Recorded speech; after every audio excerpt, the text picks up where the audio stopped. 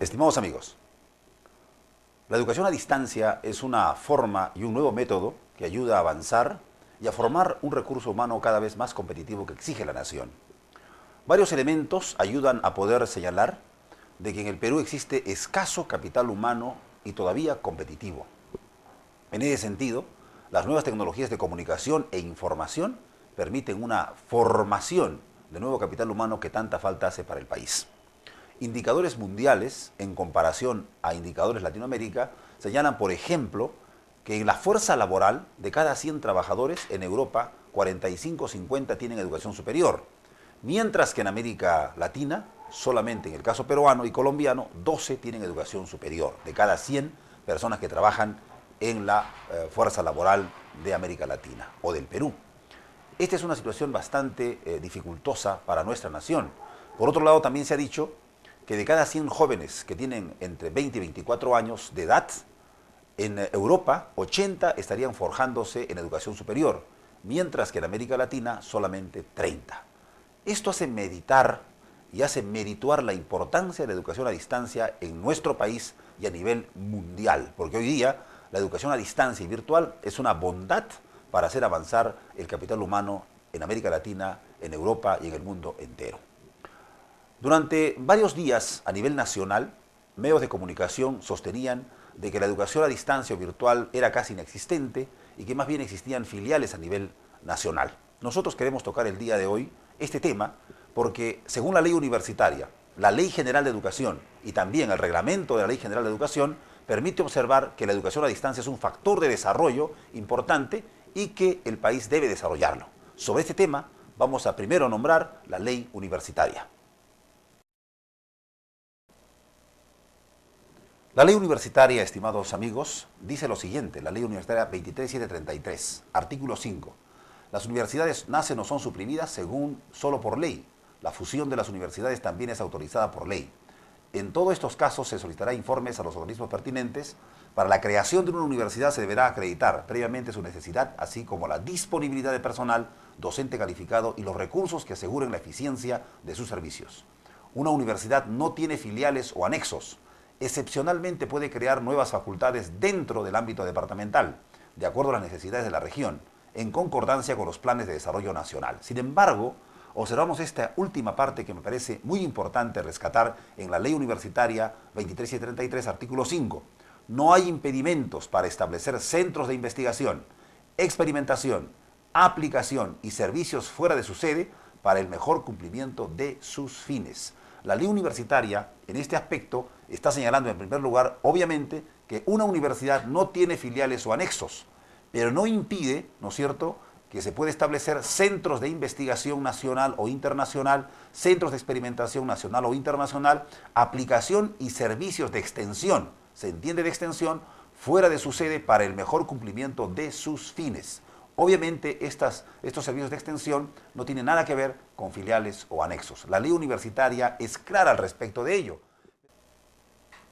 Al respecto, la Ley General de Educación, ley número 28044, en su artículo 27 habla de la educación a distancia y dice: la educación a distancia es una modalidad del sistema educativo caracterizada por la interacción simultánea o diferida entre los actores del proceso educativo, facilitada por medios tecnológicos que propicien el aprendizaje autónomo. Es aplicable a todas las etapas del sistema educativo, de acuerdo con la normatividad en la materia.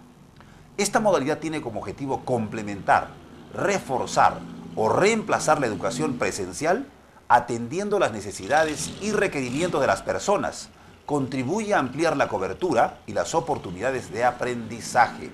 Aquí es importante destacar, estimados amigos, de que se va a cumplir y es aplicable en todas las etapas del sistema educativo: básica regular, tecnológica, pedagógica y universitaria, de acuerdo con la normatividad en la materia. Si ustedes observan, la Ley General de Educación, ley número 28044, nos habla de la educación a distancia. Es más, el Tribunal Constitucional en el Perú ha determinado que la educación a distancia es una modalidad de educación que tiene como objetivo complementar, reforzar o reemplazar la educación presencial, o sea, es una educación no presencial. Y el debate entonces está aquí cuando la educación se hace a través del Internet, a través de la videoconferencia, a través del chat, a través de los foros que pueden organizarse y obviamente ante una evaluación que tiene que ser necesariamente a través también de un software virtual que permita los exámenes a distancia o a través de Internet, que hoy día en el mundo están en boga. Esta Ley General de Educación es muy importante detectarla, pero sin embargo también el reglamento de la Ley General de Educación, como vamos a ver luego, dice lo siguiente. ¿Y qué nos dice la ley y el reglamento de la Ley General de Educación? En su artículo 10, cuando habla de educación a distancia, el reglamento señala, es una modalidad de educación que el Estado norma, promueve, brinda y supervisa en todas las etapas del sistema educativo y que está dentro de los alcances del Sistema Nacional de Evaluación, Acreditación y Certificación de la Calidad. Lo que nos preocupa aquí fundamentalmente es que aún no se ha aprobado el reglamento del Sistema Nacional de Evaluación, Acreditación y Certificación de la Calidad. Este reglamento, que está en el portal del Ministerio de Educación como proyecto, sin embargo, la ley del CINEACE ya fue aprobada en junio del año pasado. Este Sistema Nacional de Evaluación, Acreditación y Certificación de la Calidad de la modalidad presencial, igual también tendrá que acreditar y certificar la calidad educativa de la modalidad no presencial o a distancia. Pero sin embargo ratifica, estimados amigos, de que se brinda y supervisa en todas las etapas del sistema educativo, o sea, de que puede darse educación a distancia en la educación básica regular, en la tecnológica, en la pedagógica y en la universitaria. O sea, en este sentido, el reglamento, la ley general y la ley universitaria coadyuvan pues a fortalecer la posición de que la educación a distancia es una bondad hoy día en el Perú, en América Latina y en el mundo. Al respecto, esto merece un comentario. El Tribunal de Garantías Constitucionales en el Perú ha resuelto no alugar a una demanda presentada por un abogado cusqueño respecto a que la modalidad de educación a distancia no debería darse en el país, puesto que preocupaba a la educación presencial universitaria a nivel nacional. Expediente número 6989-2006, donde en el Cusco, Luis Danilo Vilca Ochoa presentó una demanda ante el Tribunal Constitucional, precisamente sobre educación a distancia, para poder observar la enseñanza. En ese sentido, esta resolución y este expediente número 6989, visto, dice, el recurso de agravio constitucional interpuesto por don Luis Danilo Vilca Ochoa contra la sentencia de la Primera Sala Civil de la Corte Superior de Justicia del Cusco, de foja 662, de fecha 5 de junio del 2006, que confirmando la apelada declara improcedente la demanda de autos y atendiendo 1. Que con fecha 17 de septiembre del 2004 el recurrente interpone demanda de amparo contra la Asamblea Nacional de Rectores en representación de la Universidad Privada de Moquegua, José Carlos Mariátegui, y la Universidad Particular Inca Garcilaso de la Vega, con el objeto de que se suspenda toda enseñanza a distancia en todas las universidades privadas y públicas que vienen promoviendo esta forma de educación. Considera que esta actividad lesiona el derecho al régimen y fines de educación universitaria y a su autonomía, así como a la libertad de enseñanza y a la libertad de cátedra. En el punto 2 dice que de conformidad con el artículo 200, inciso 2 de la Constitución, el amparo procede frente a violaciones o amenazas de violación de derechos constitucionales. Del mismo modo, según el artículo 2 del Código Procesal Constitucional, el proceso de amparo procede cuando se amenace o viole los derechos constitucionales. En tal sentido, de estas disposiciones se infiere que un presupuesto procesal para la procedencia del amparo es la existencia de un acto lesivo, sin el cual no hay interés para obrar, conditio sine qua non para la solicitud de tutela jurisdiccional.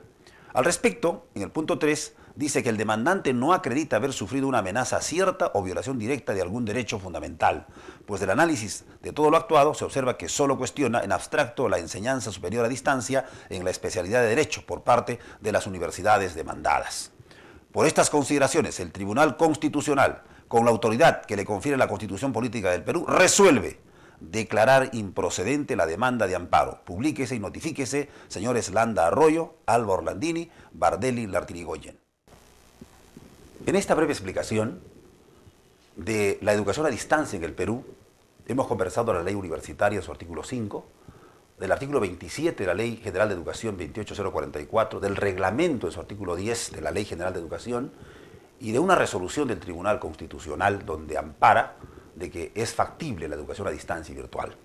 En ese afán, estimados amigos, yo creo que la formación de capital humano es una responsabilidad social de todo el sistema educativo peruano. Y en ese afán seguiremos trabajando y contribuyendo al desarrollo nacional. Muchas gracias.